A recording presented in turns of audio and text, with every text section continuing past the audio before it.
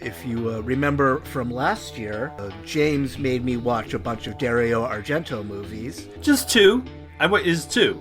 I really enjoyed them because we had devoted that episode to James's favorite horror genre. I thought it was more than fair that for this episode we would look at my favorite horror genre, which is also his least favorite. A special bonus of my being able to torture him at the same time as being able to talk about 3 movies that I love. Don't take too much pride in the torture. I do think I like the animal attack genre less. Slightly less. Okay. It was better, wasn't it?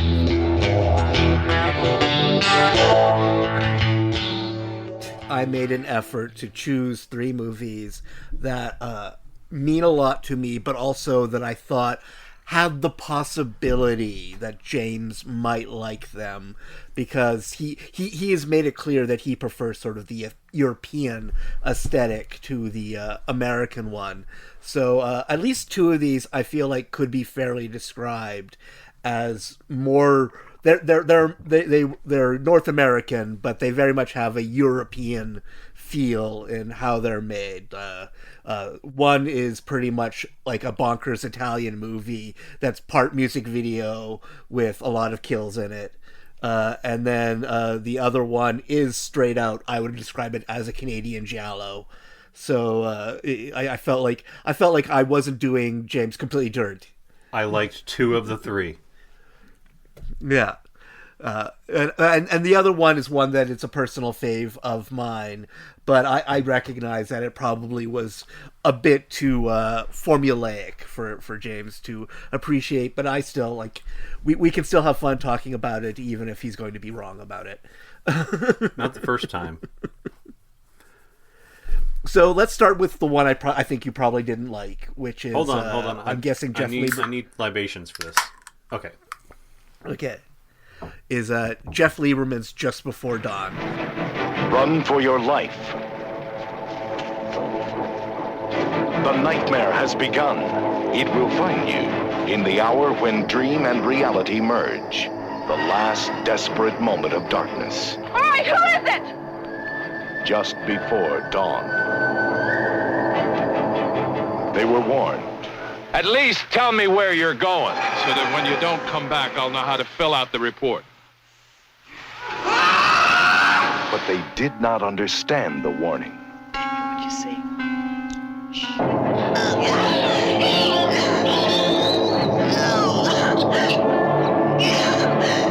They came to the mountain for adventure and escape. What they found was a trial which only the strongest could survive. How could they know that beneath the awesome beauty of nature lay violence, danger, and death? You see all the blood? How could they know the heat of their bodies was the magnet that would draw the terror to them? Which is very much one of the early examples of the genre. It's 1981, but it's funny because it's already starting to make fun of the genre. There's a scene that's pretty obviously 80-yard, but it's a bunch of young adults in their 20s driving towards a campsite, and in the distance, one of them said, like as they see the horizon in the distance, one of them goes, "This is no summer camp we're going to." So they're already like, even though I'm not even sure when Friday the 13th Part 2 came out, but they're already taking pot shots at the genre, even though it's really just in its baby stage at this point. But the reason why Just Before Dawn I'm a big fan of it is just because I think it's probably the most atmospheric of all the slasher movies of this era. Like, it does a lot of like it doesn't have a lot of music in it. It's very much, it's set in the woods, and it has very much like, it uses the woods as a setting in a way that I find very, very personally effective. But honestly, if we're getting down to it, the reason why I love this movie is because it has the greatest final girl killing the killer scene in the genre's history. And I'm kind of wondering if we should spoil it because it is so spectacular. I think it's all fair game at this point. Again, I think we have to subscribe to the theory that this movie is 44 years old at this point. Yeah. And if you were going to get around to it, you would have done so organically by this point. So maybe the spoiler is the thing that gets you to push play to see it. Yeah. One other reason why, because the reason why I saw this at a period when I was kind of attempting to like make myself a name on YouTube doing slasher movie reviews. They ended up all getting taken down because I made the mistake of just including uncensored clips in them, so I got banned pretty quickly. But the reason why this one stood out to me is because I was watching a lot of them around this time, and my biggest pet peeve about the genre, and this is about horror in general, not just slasher movies, although I feel like it's most pronounced in slasher movies, is that screenwriters, because especially with slasher movies, because the inherent like formula of the films means that there's a lot of downtime where nothing is happening. That it involves a lot of necessary character work. The problem is a lot of the dudes who were hired to write slasher movies weren't good at character work. So to feel like they're doing something, they basically turn the characters into hateful assholes who spend the entire movie insulting each other and yelling at each other. And so it just makes you feel like, why am I spending all this time with these jerks? And why am I enjoying watching them die? I should be scared. I should not want to see them die. And this was the rare example of a film where, like, they're bratty 20-somethings, but I actually liked these characters. So when bad things started happening to them, it was affecting to me. Like, I did not want to see them get killed. As opposed to a lot of slasher movies where it's sort of like, kill them off as quickly as possible so we get to the final girl, who's usually the only character I like, and then we can see her kill. That's the line that these slasher movies really walked. I mean, throughout the early 80s, especially, where these were zero budget films, they spent no time crafting. So it was really, do you care about these characters? If yes, then maybe there's a story to tell. If no, you're just waiting for them to die off, and then the movie has to engage you on some sort of creative level in the way that it dispatches them. There's a lot of slashers that don't do either well. Like, if you don't have the characters and you don't have inventive kills and it's just about executing people, is when I really get cranky with the North American slasher genre. And they also, and this is probably the key component for me, is that there's very little consideration for tension building or stylization. They're filmed very matter-of-factly. It is about maximum gore on screen during the kills. And sometimes that has some value. It took me forever to watch the Friday the 13th series. I actually documented my Friday the 13th first full viewing of Friday the 13th on I think it would have been the very first Halloween episode I did. This is BA before Allan. And I was not wild about it then. I did set out to watch more of Friday the 13th thereafter, and found a number of those films to be fairly interesting. With my favorite being, I don't think any of them are actually good. Yeah, but a lot of them, like, but like I know which one you're about to say, because it's both our favorite. Part 6. Yeah, 100%. This is the one that I'm like, okay, there's something creative going on here. There's a self-awareness, like we're doing stuff here that's simultaneously making fun of the franchise in a way that's that's got some cleverness to it, but it's also engaging me on this on the inventiveness of the set pieces. And that's when I was like, okay, I get Friday the 13th now. It took me 6 movies to really like lock in. And then I was like, okay, I can see 2 how that excels versus the ones around that one. And I could take some pleasure out of the eccentricities of the series as it wore on, however. And it's a little hairy before 6, although I do have a fondness for 5, just because it is the most exploitation-y, like, sleaziest one of them. Yeah, that one's got something else going on. Friday the 13th movie. I didn't hate that one. I certainly was. At least this is trying something. My biggest problem with a lot of these movies is that they're either not trying or they're just comically inept at what they actually want to accomplish. Mm-hmm. So that is why I am resistant to the American and North American slashers in a nutshell, and versus specifically talking about the giallo, because that's the easiest jumping off point, because even a bad like giallo has the stylistic requirements that engage me on a level, and the way that they manipulate those. Don't get me wrong, there are terrible giallo films that use those same elements, but because you're working with a smaller set of demands, I feel like it's harder to go really wrong. They do it, don't get me wrong, they do it, but it's harder.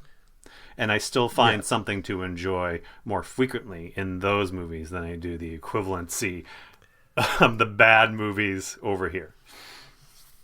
I will. My one defense of like the slasher genre in comparison to giallo is that I find that despite the reputation that slasher movies have, they like the examples I can think of that I consider actively misogynist are a lot slimmer than the examples I can think of giallo. That is true. That are like actively misogynist, especially since for the reason like I as someone who's actually written a book about horror films, I always have to tell people that the last thing I care about when watching a horror movie is whether or not it scares me, because I don't find horror movies scary. Right. I for me, it's about the ritual. It's about the cliches. It's seeing how it plays with them and what it does with them. And for me, my favorite cliche is the final girl cliche. That's if generally if you are hearing me like say really negative things about a slasher movie, it's because they decided to get clever and decided we're not going to do the slasher girl, a final girl thing in this movie, and that always makes me go fuck you.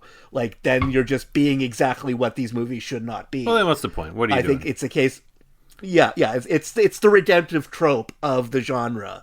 If you don't have the young woman becoming victorious over the killer, then really you really shouldn't be making a slasher movie. As far as I'm concerned, you want to make a different kind of movie instead. And just before dawn, you haven't really talked about you said you weren't a fan of it, but I also think it is very well shot. I feel like it, in terms of like a film as low budget as it is, that is shot like in a forest basically.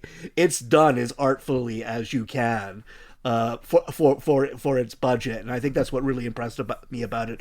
And also it has a really good group of actors in it. Like it has recognizable faces in it despite its low budget. You have like Chris Lemmon, Greg Henry. I wanted some more George Kennedy. He had like one day of shooting and was just cashing a check here. And like George Kennedy's by far the most interesting person in this film. I'd like a little more George Kennedy. No, Jamie Rose is also in this movie, and I've had a crush on her my entire life. So I'm going to push back on that. I think that's another reason why this movie is because I'm watching it and all I realize it's the redhead from these 80s shows that I was always seeing, and then suddenly she's in this movie and she has a nude scene. So it's like, well, I guess this is one of my favorite slashers now. Like.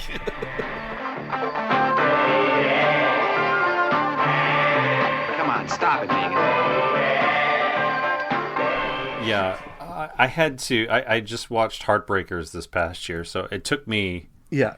It took me a significant number of minutes to make the connection, but when I did. When I did, I was very excited about it. I was fine with it. There was nothing that really took me about it. Now, it it played like we put Deliverance in Friday the 13th. I will say this. I actually saw Deliverance for the first time this year. Uh-huh. And I will go to the mat that I prefer Just Before Dawn to Deliverance. Okay. That's a thought.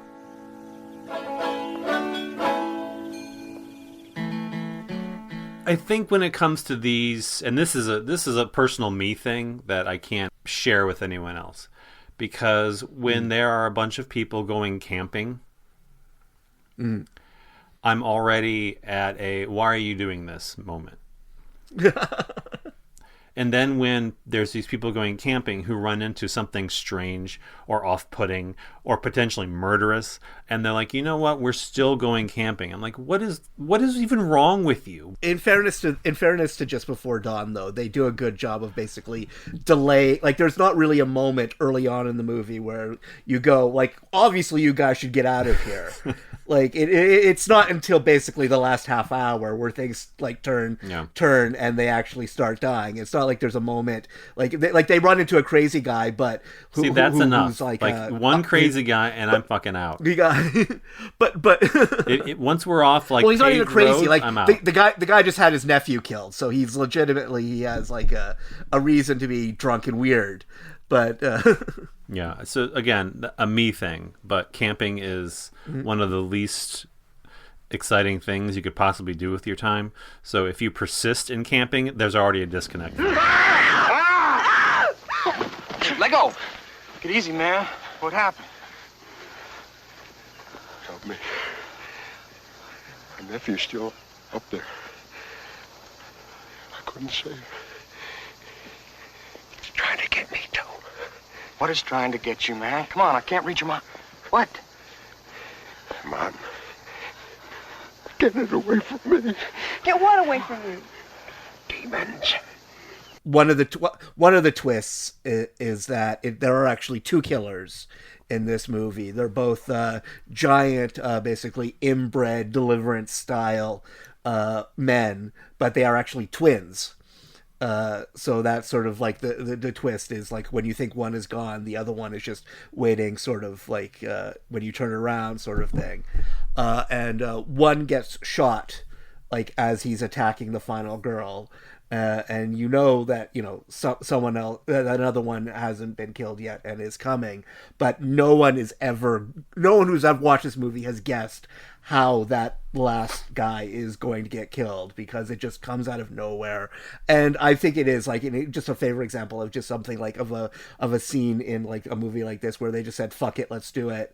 And it really works. And what happens is he has the final girl sort of in this bear hug, and she just puts her hand back and just shoves her entire fist down his throat and basically chokes him to death with her fist in his throat. That was my And favorite part I of the think it's film. brilliant. It was worth it to get to that point, because I had never seen that before. So that kill was like, okay, someone put their big boy hat on to come up with that solution to the problem.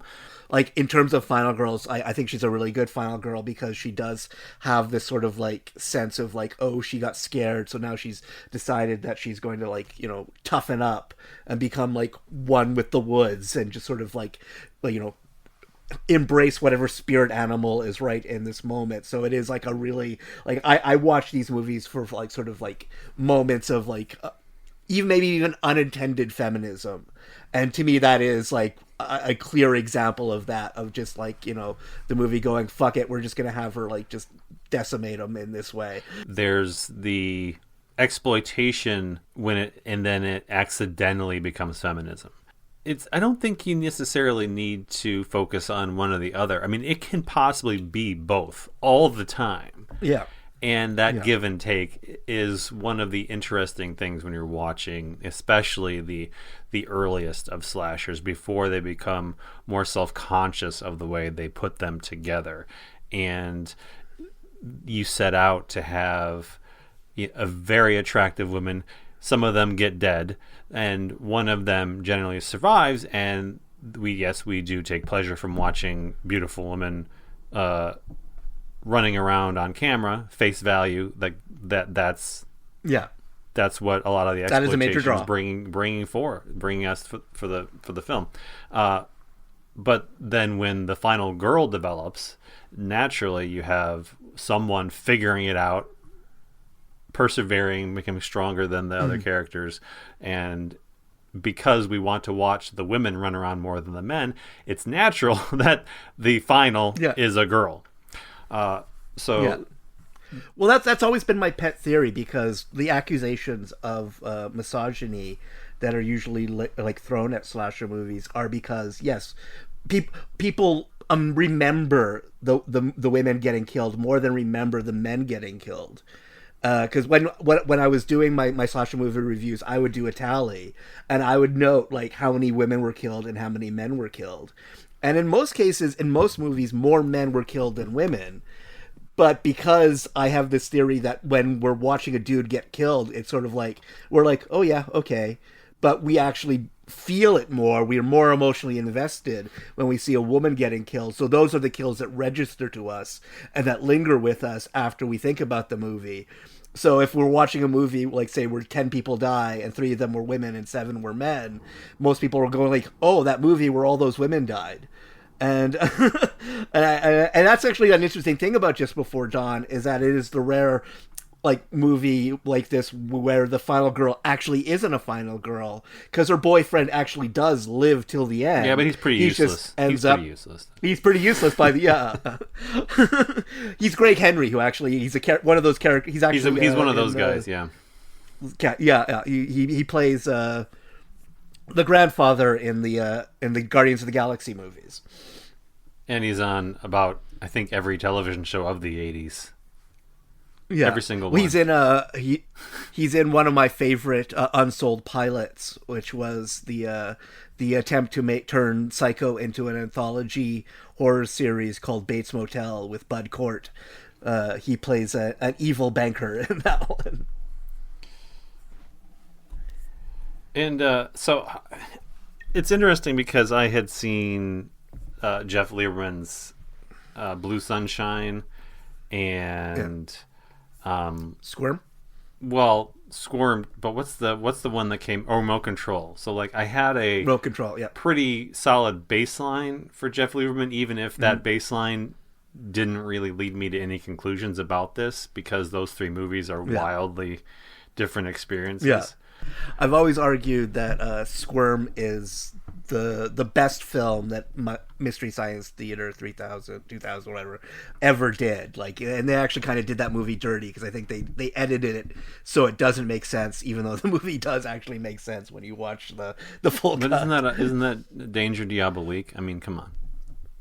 Yeah, that's the best one. Did they do that one? Okay, I don't. Yeah. I've never seen that episode. Yeah, I didn't realize they did that on that one. Then yes, obviously that one. But yeah, Squirm is the best horror movie that they. I like Squirm. But anyway. Yeah, I feel like because that's another, like, Squirm has a lot of moments that I feel like that Just Before Dawn has, where it's sort of like just the kind of quiet character moments that you might not otherwise get in a movie like this. And I think that's why, to me, it rises like so much higher. It's just because it's, of the 3 we're talking about today, it's the closest to like the formula, but it also manages to, for me personally, to do things that I think help it transcend it in a way that a lot, like say the Final Terror, for example, which Andrew Davis directed, which is very similar, which I think is borderline unwatchable, even though it's made by a great director.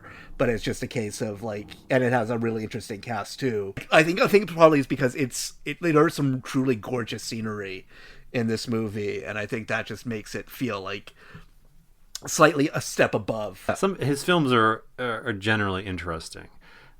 Whatever you may think about Blue Sunshine, and it has its fans and its detractors, but it's an interesting experiment. And with this one, I read that he didn't even want to make a slasher movie. Yeah. Which, okay, Jeff, but it really is a slasher film, and he says he hadn't seen the movies that people claim have inspired it. And I can believe that. I feel like it does play more, like you mentioned, Deliverance, and to me it has more in common with Deliverance than it probably does Friday the 13th. I definitely see the deliverance aspect, and like if you're making this an art film thriller, I guess is what he said he wanted to make, and I can see that to a certain extent. But the comparisons to something like Friday the 13th is like treating it as like an elevated version of that is exactly how I saw it. So it certainly feels very squarely in the center of the slasher model. Friday, a group of young campers face a bizarre nightmare. Hey, nothing out there but God's little creature. At least tell me where you're going, so that when you don't come back, I'll know how to fill out the report.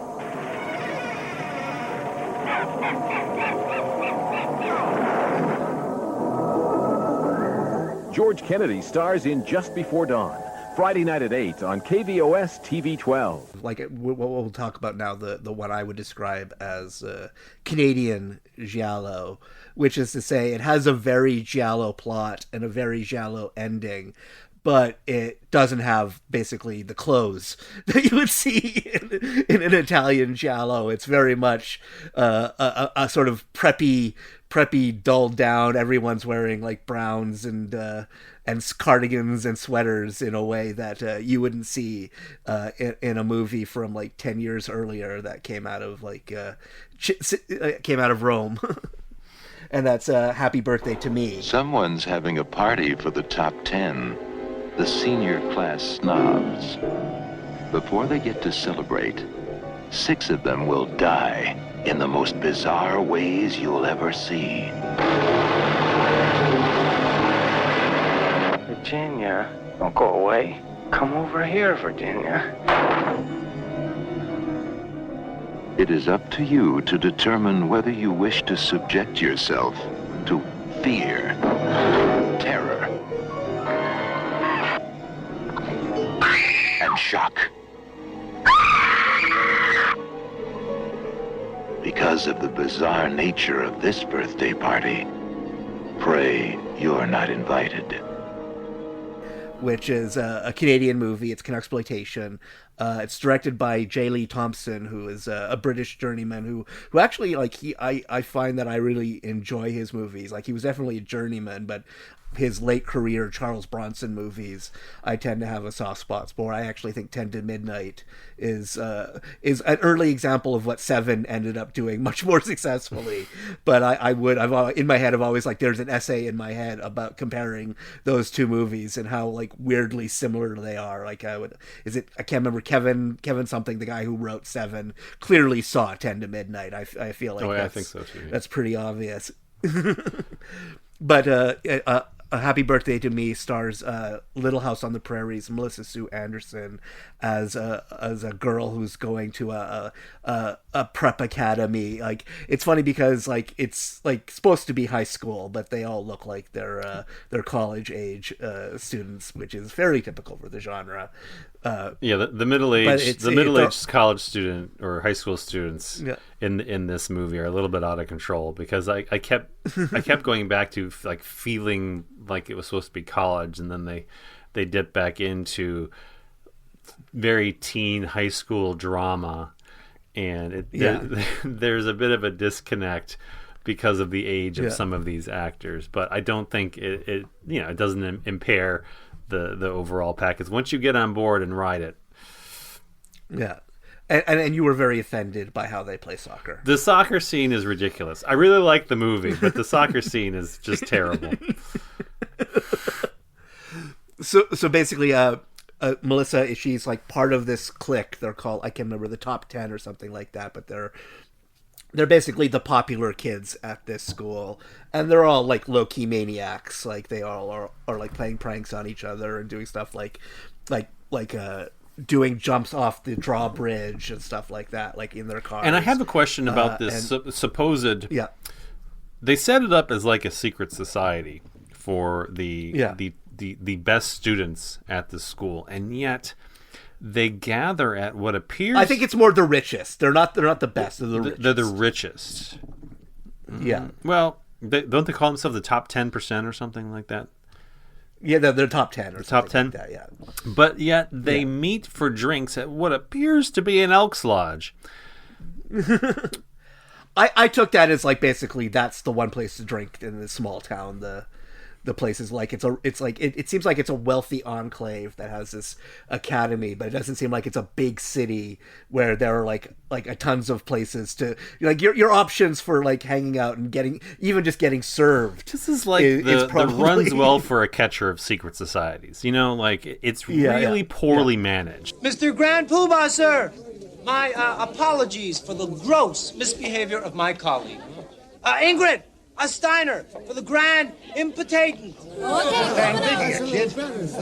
Thanks a bunch. The student, like the top 10 start dying. It actually appears like you actually see her kill people on camera, that Melissa Sue Anderson is the actual killer, and that it's something to do with the traumatic brain injury that she suffered earlier before the movie starts. And she has this psychiatrist who's played by Glenn Ford. They need a Canadian star in the movie because when you're making these exploitation movies in that period, you had to have a certain amount of Canadian actors in them. So it helped if some of them were actually famous actors, because then you had the twofer of like you had a Canadian actor for like the government funding reasons, but you also had someone who you could put in the marquee, a name people would actually recognize. So they ended up with Glenn Ford in this one. I think Melissa Sue Anderson is the only American in this. I think every other actor in this is Canadian, and because we see her killing all of these people in various ways, and in fact, most memorably with a shish kebab. That was the very famous poster and video cover. If you know this movie, you probably know that poster. About a decade or so ago, one of the producers of this movie had passed away, and his son was holding an online estate sale. So I bought the producer's poster for this movie, and he had the crew T-shirt from this movie. So I have the original crew T-shirt for Happy Birthday to Me as well. So it's that level of movie where I just the thing I like about it is that it is very well made. J. Lee Thompson, like, he was a journeyman, but he knew what he was doing. He knew how to shoot a movie, and it does have basically sort of the plot of a giallo. So it manages to always keep you wondering what's going on, and it does reveal more and more as the things go on, and you eventually realize that the reason why Melissa Sue Anderson's mother is dead is because it turns out she was the mistress of one of the top 10. Their dad had an affair and ended up leaving his wife and having and marrying this woman. Now that she had married him, that she would be accepted by the society, and they don't accept her, and so they don't go to Melissa Sue Anderson's birthday, and the mom has like a freak out, and because of the freak out, she ends up having an accident where she dies, and that's where Melissa Sue Anderson gets her traumatic brain injury. And as part of, we're led to believe that it's the revolutionary surgery that might be causing her to like black out and have these moments where she's killing all these people. But then it turns out in a totally Scooby-Doo ending that she isn't the killer at all, that it's actually the young woman whose dad had left them to form the other family, and she's been wearing this prosthetic Melissa Sue Anderson mask the entire time, which is 100% something you would see. Like, I could 100% see that in like an unmade Dario Argento movie. I feel like that is a 100% a move that they would try to pull off in Italy. Yeah, there are times when I felt like it could have been a late career Argento film.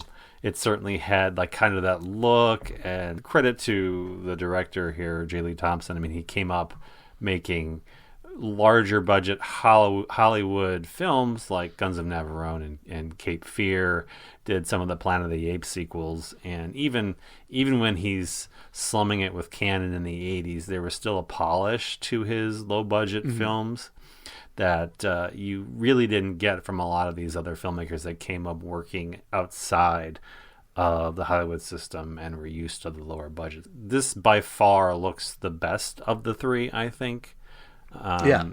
It's paced quite well, and when you get to the end, you have to go through so many mental leaps, and Suspension has long been disbanded for this film, that I just enjoyed the roller coaster ride to the end. The morbidity of the final scene, the grand guignol. If Just Before Dawn has my favorite final girl kill, Happy Birthday to Me has my favorite final shot. It works so hard to get to that point that I was really excited when it all came together, because I kind of saw where it was going. But even if you get that impression and you have this inkling about how it's going to wind up, because you recognize that the killer is collecting parts of bodies, pieces of bodies from these kills, and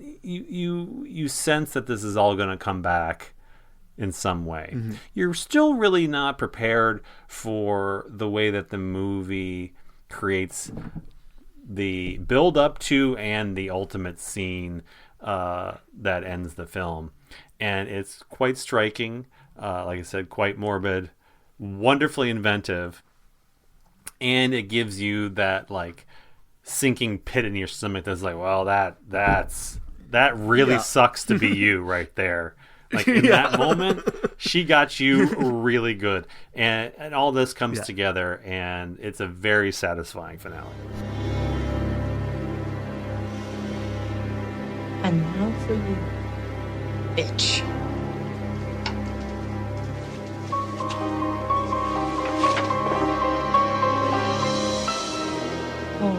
Oh, dear little sister. We can't have you looking all dirty. Not for your own birthday party. The thing that, like you said, makes it work is just the fact that Thompson is just making it look like a real movie. I feel like if someone without his experience was making this, I think the amateurishness of the sort of maybe percent of like of the script might just become much more pronounced, but he is just able to. And also, like, Glenn Ford is in this, and there also like are some really fun atmospheric moments that just sort of seem to come out of nowhere. I always think of the scene in the bell tower where the guy just sort of like starts doing this Peter Lorre impression. I will never forget you, my darling. Rudy? Wow, I just love this place, I swear. I feel just like Quasimodo in a bell tower. Thank God you don't look like him. Any sensible movie would have cut that scene out because it really doesn't add much to it. But it just, I love it. I think that was I think the first time I watched this movie, that scene was the scene that made me fall in love with it, because it is like, so it is both paying an homage to like the classic horror movies of the 30s and 40s while also being true to the slasher genre at the same time. God. What have you done? But talking about a movie that is not true to the slasher genre, and I think is probably one of the most interesting slasher movie sequels of all time. Courtney Bates has got some weird friends. I have got the fastest growing dick I've ever had in my entire life. I mean, look at this thing. I think your sweetheart's been taking too many diet pills. Here's a chicken sandwich if you want it. She should have listened to her sister.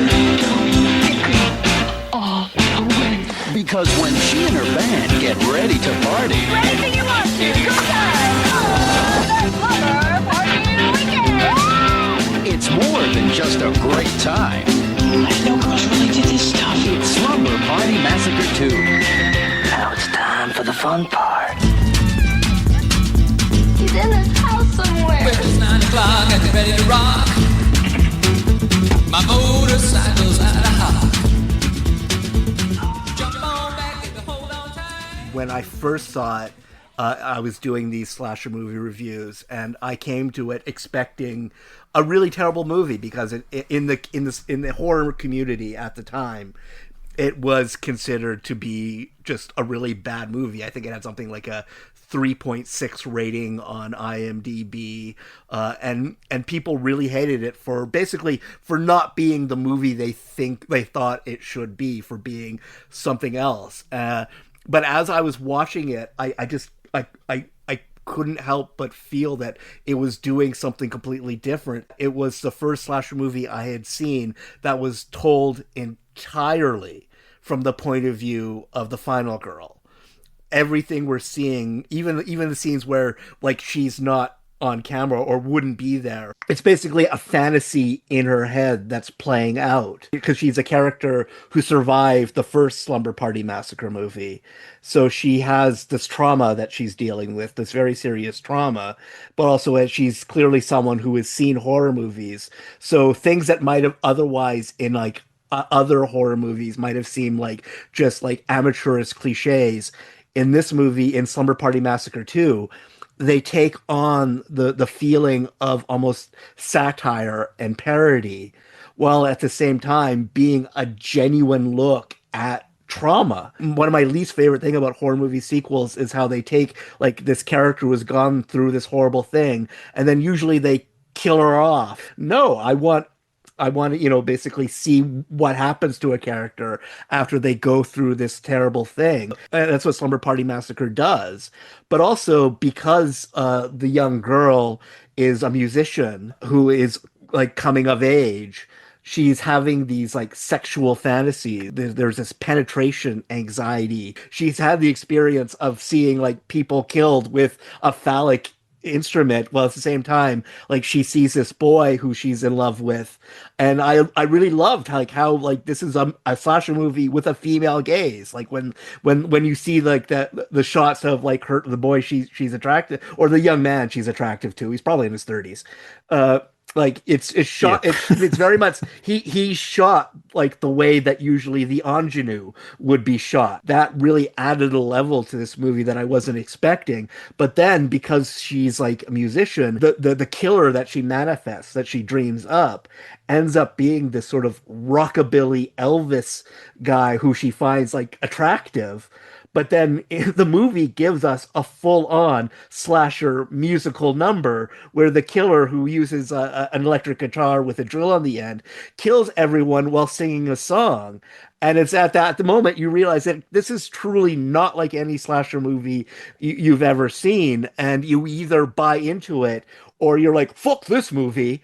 And for the longest time, people went, fuck this movie. But as time has gone on, it's found an audience, and I can legitimately lay partial claim to that, because when I watched this, I wrote this review for it on my blog, and then a couple years later, Shout Factory released the DVD set of the entire three film set, and I had ordered it from Amazon, but my copy hadn't arrived yet. So I was sitting at home. I think I was actually playing Trivial Pursuit with my family, and I get this message from Rod Lott, who was on our Harold and Maude episode, and he sends me a screenshot going, "What the fuck?" And it's the liner notes of the Slumber Party Massacre set, where in the liner notes they mention my review and how, say, it's the best review of Slumber Party Massacre 2 on the internet, and they have this, and they link to it, but it's like it's not like an easy to, so it's like this extravagantly long link to my review. And because of that, the director, Deborah Brock, reached out to me, and I am now internet friends with the director of Slumber Party Massacre 2. It's a case where, because of that connection, the more I watch it, the more I see things in it I've never saw before. And for a 75-minute, like Roger Corman produced slasher movie, I think that's pretty special. That is a nice feather. And I guess Slumber Party Massacre too. Slumber Party Massacre is the franchise. I can't speak beyond 2, because I have not seen 3. 3 is completely skippable. And actually, I personally consider 1 to be kind of skippable too. I don't find 1 very interesting, and I think the claims that it's some type of feminist horror film are solely relying on the fact that it was directed by a woman and written by a woman. Well, but in fairness, the original script was written specifically as a parody, But the director, when she basically rewrote it and took out most of the jokes. Like some of them are still in there, like the woman eating the pizza off the dead guy's body. The example I always think of is that there's a really long gratuitous shot of Brinke Stevens' ass in this movie, and people are like, "Well, clearly she's making fun of like the exploitation of women's bodies in this movie." And it's like, no, she's making a Roger Corman movie. She had a certain amount of nudity that needed to be in the film, and Brinke Stevens had an amazing ass. I didn't get the impression there was anything other than the slasher film going on. And it's a mediocre slasher film at that. Because the things that I kind of expected to see in this movie that was considered a feminist slasher movie are included here. And I can understand the reviews that consider this trash. Like, I could see that perspective. But I also would question whether people could watch this and go, well, I've seen that before. Because you've seen so many movies, when you find something that does something radically different than what you're used to, I think you have to give it credit for at least trying that new thing and seeing if it fits. Part of the barrier to entry with some of these is always going to be the budget. And this one has no budget. Yeah. The only star in it is Crystal Bernard. Jennifer Rhodes, who plays her mom, she's a character actor who's been in a bunch of stuff. And also, have you seen Young Doctors in Love and Easy Money? It's been a long time for Easy Money, but it's Young Doctors in Love a couple years ago. Because Kimberly MacArthur, who plays the blonde best friend, she is the boobs. Dr. Prang, I'm Jill Amato from the gift shop. I'm your Christmas present from the staff. Yeah. And that was that's another thing, like how this movie plays against the tropes is you have this, she was a Playboy playmate, and her previous roles in Hollywood movies were, she was literally the boob. She literally only existed to expose her very large breasts. And in this movie, basically all you get of her is in a bikini. And that's because she basically told Deborah, like, yeah, I don't want to do a nude scene in this one. And Deborah was like, okay, that's fine. You don't have to do one. And so it's literally the only time where that actress got to play an actual part. Mm-hmm. All right. So in this one, when you're taking the musical element and combining it with the slasher, that's interesting.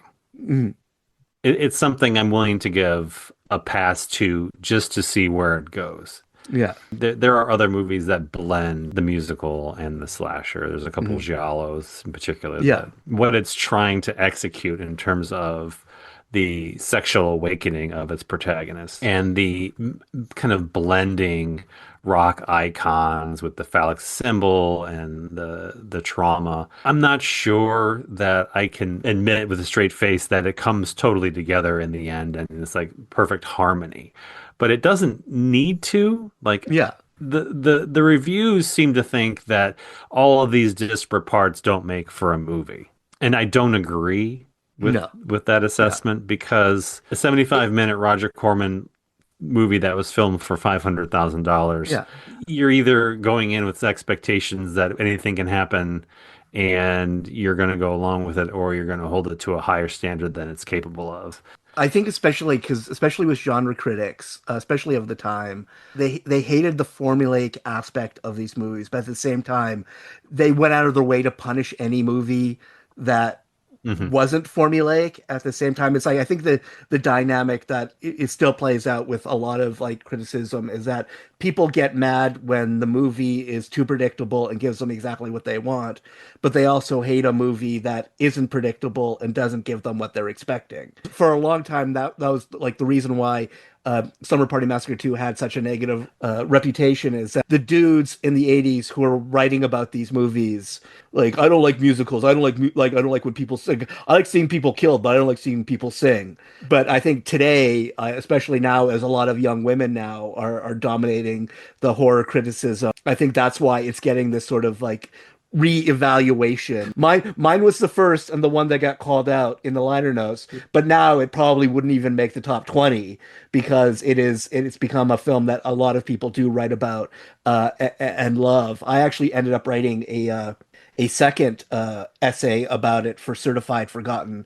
Jim Wynorski, sort of the infamous exploitation director, he ended up making it was originally going to be an original slasher movie called something like Nighty Nightmare, but Roger Corman, who produced it, decided he could make more money selling it as a sequel, and he had the rights to make a sequel to his other movie, Sorority House Massacre, which is really just not a good. It's one of my least favorite slasher movies. It's not bad. It's just really boring and unmemorable. But because for whatever reason he wasn't sure if Jim could actually use the footage from the original movie, but he was sure that Jim could use the footage for the from Slumber Party Massacre. So you end up it ends up being sort of an inadvertent sequel to Slumber Party Massacre at the same time. So you ended up with two movies that are both sequels, but they are as completely different as they could be, because you have one which is this like tale of trauma told with this feminist slant, and the other is a Jim Wynorski movie where the whole point is that the women get into their thong lingerie within the first 15 minutes and then bounce around while they're dying and taking their tops off. Like, so that's my essay, is like comparing like when you have like a man directing a movie that is basically a sequel to a movie and a woman directing a sequel to basically the same movie, they end up extremely different, even though they should be pretty much the same. I've never Gone all the way.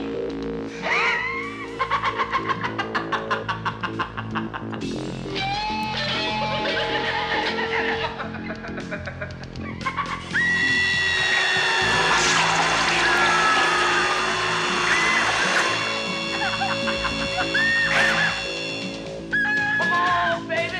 Rock and roll.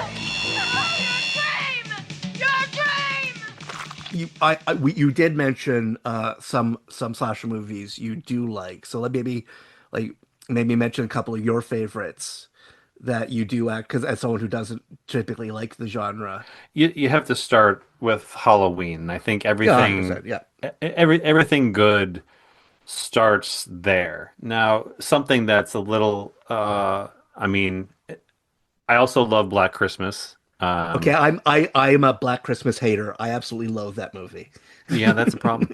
I really like Black Christmas. I've seen it a few times at this point. I didn't really get so you into can get it. over the fact that every character is a hateable asshole. Yeah. Okay.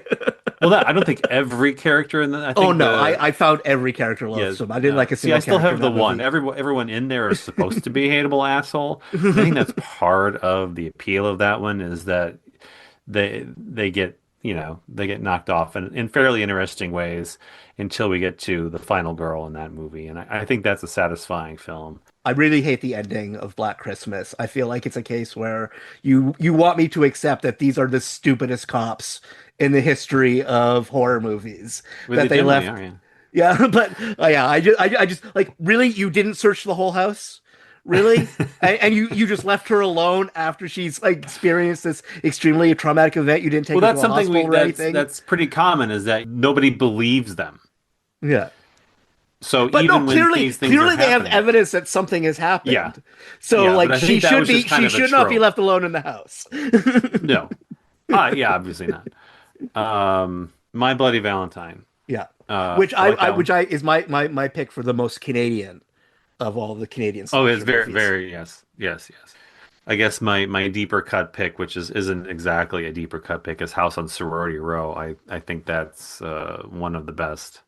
It got a remake, which none of the three films we just talked about got. So, Yeah. have you seen it? I haven't seen the remake. I haven't watched it. All I know is Carrie Fisher's in it. But yeah, no, House of Sorority Row is really a good one. One I didn't make James watch because I was pretty sure he wouldn't like it. But I in terms of a slasher movie that has an extended musical sequence that shouldn't be in there, but is also a work of pure brilliance, and that's Graduation Day. Although in that case, it's a diegetic. It's basically a band performing, and we see like these two kids being killed while the band is performing. But it's this band called Felony doing a song called Gangster Rock, and it's probably my favorite sequence in all of slasher movies. So if you're listening to this looking for Halloween slasher recommendations, you like Graduation Day isn't a great movie, and it has a lot of problems with the genre, but that sequence alone makes it worth watching.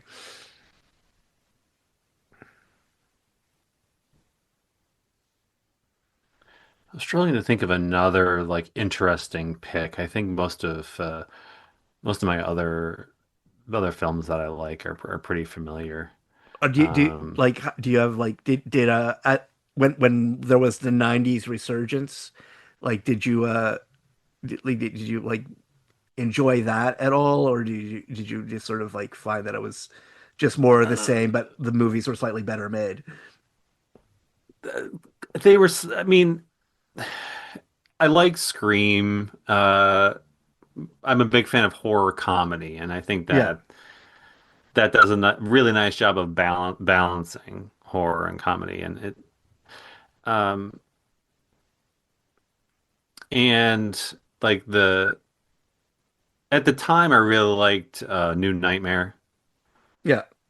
No, New Uh, Nightmare is still my favorite in the Nightmare on Elm Street series. and I think the general like getting the again we're looking at how much self-awareness is too much Yeah. at that point. Like how glib can you be with the genre before it ceases to be the genre Yeah. itself?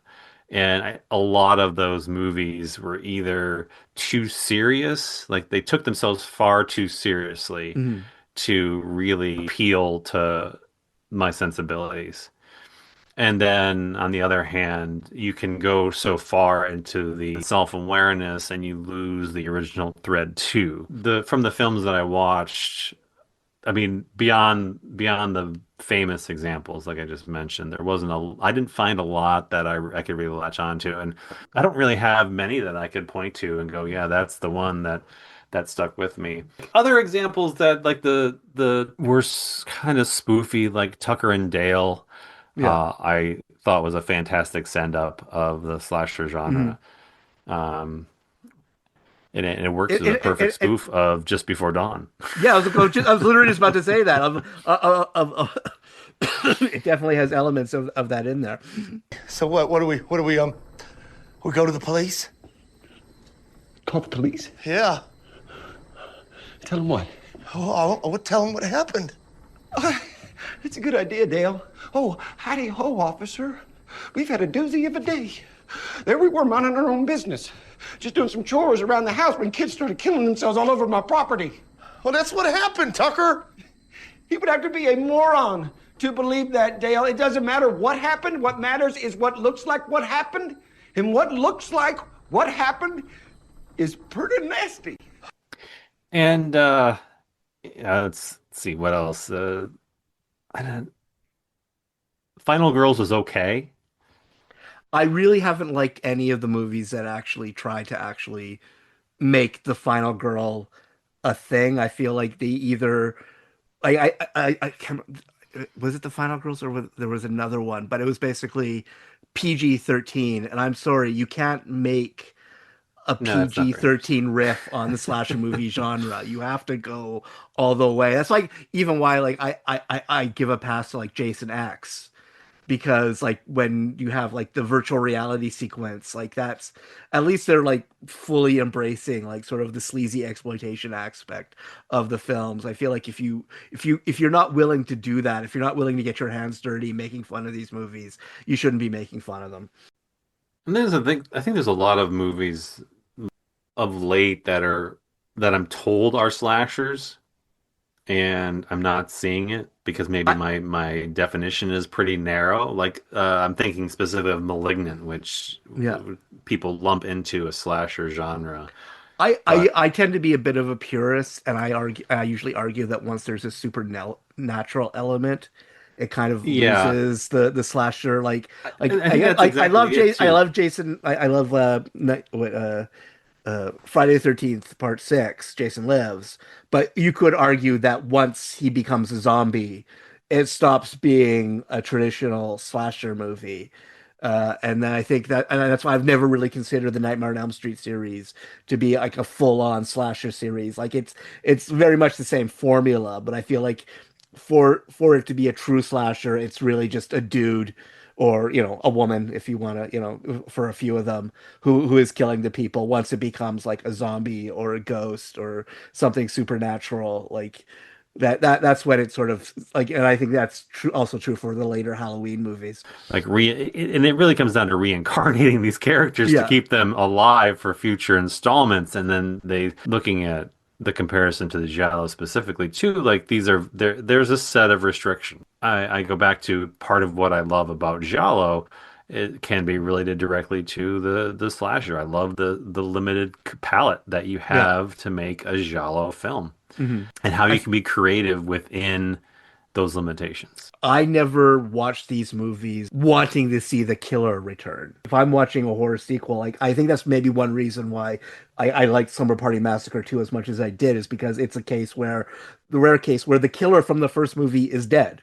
And he stays dead. He doesn't become reincarnated. The thread that it follows is the younger sister who experienced the first film. That's something a lot of these like franchises missed out on, is that they were so intent on following the killer that they ignored that it would be much more interesting to follow the victim from film to film. I think that's one reason why Scream is usually like sort of like the interesting outlier, is that is the case where you really are following Sydney throughout the series until the one where they, refuse to pay her, which I haven't seen because, fuck that. I'm not watching a Scream movie without Nev Campbell in it.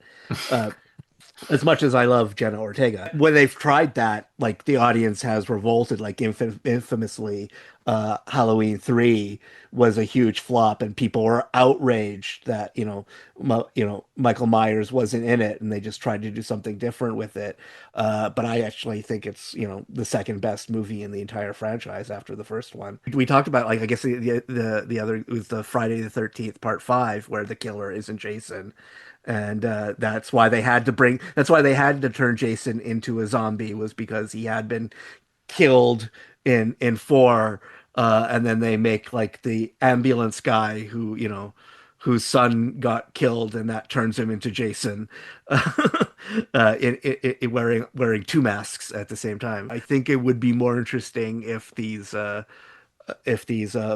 movies decided to follow, the final girl instead of the killer. And I think but then on the other hand, that's just because that's more interesting. That's not what the actual audience wants.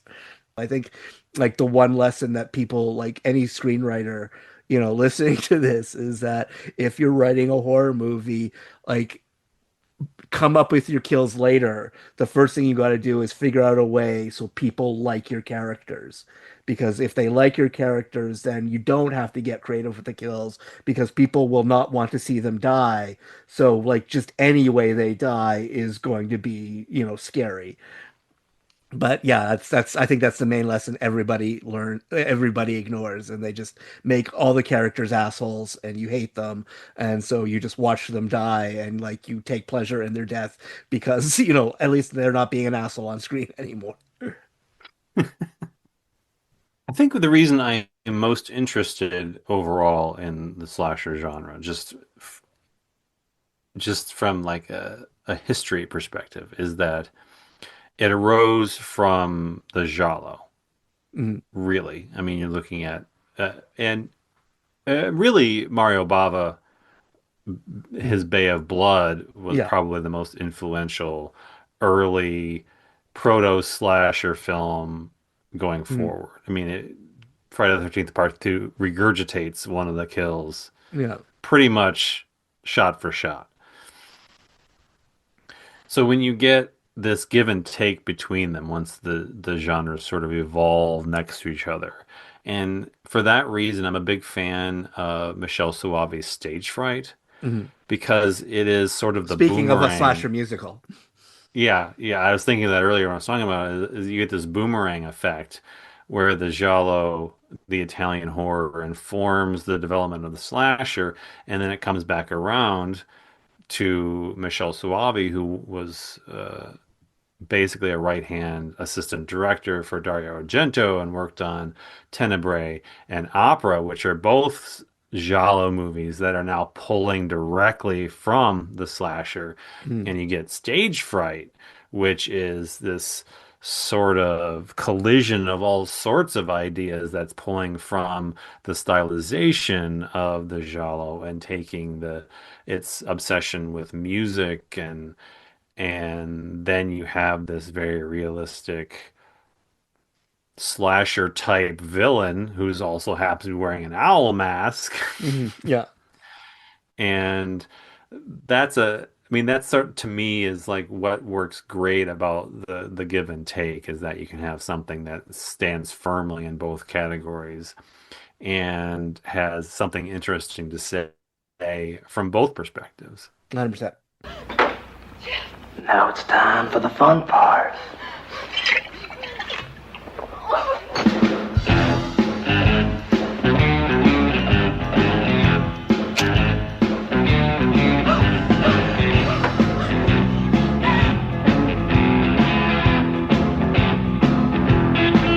I love to jam it to the floor, let me twice spots roar.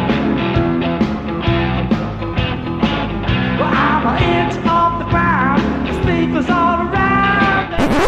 Now sparkle is young, wearing white but from all night. His whole wrist legs off the same, sense of looks to melt. Brooks was throwing rocks at Howard Hawks, hiding in a hole with Colin Jones. Was hot as a burner, thanks to Werner. Hot as a burner, thanks to Werner. Hot as a burner, thanks to Werner. Steaming Joe man 424 had hit the hood of Sea Eastwood, that well-known meanie who like Bellini thought absurd. Soderbergh's claim that famous Harold Ramis was the greatest director in the history of cinema. You have chosen wisely.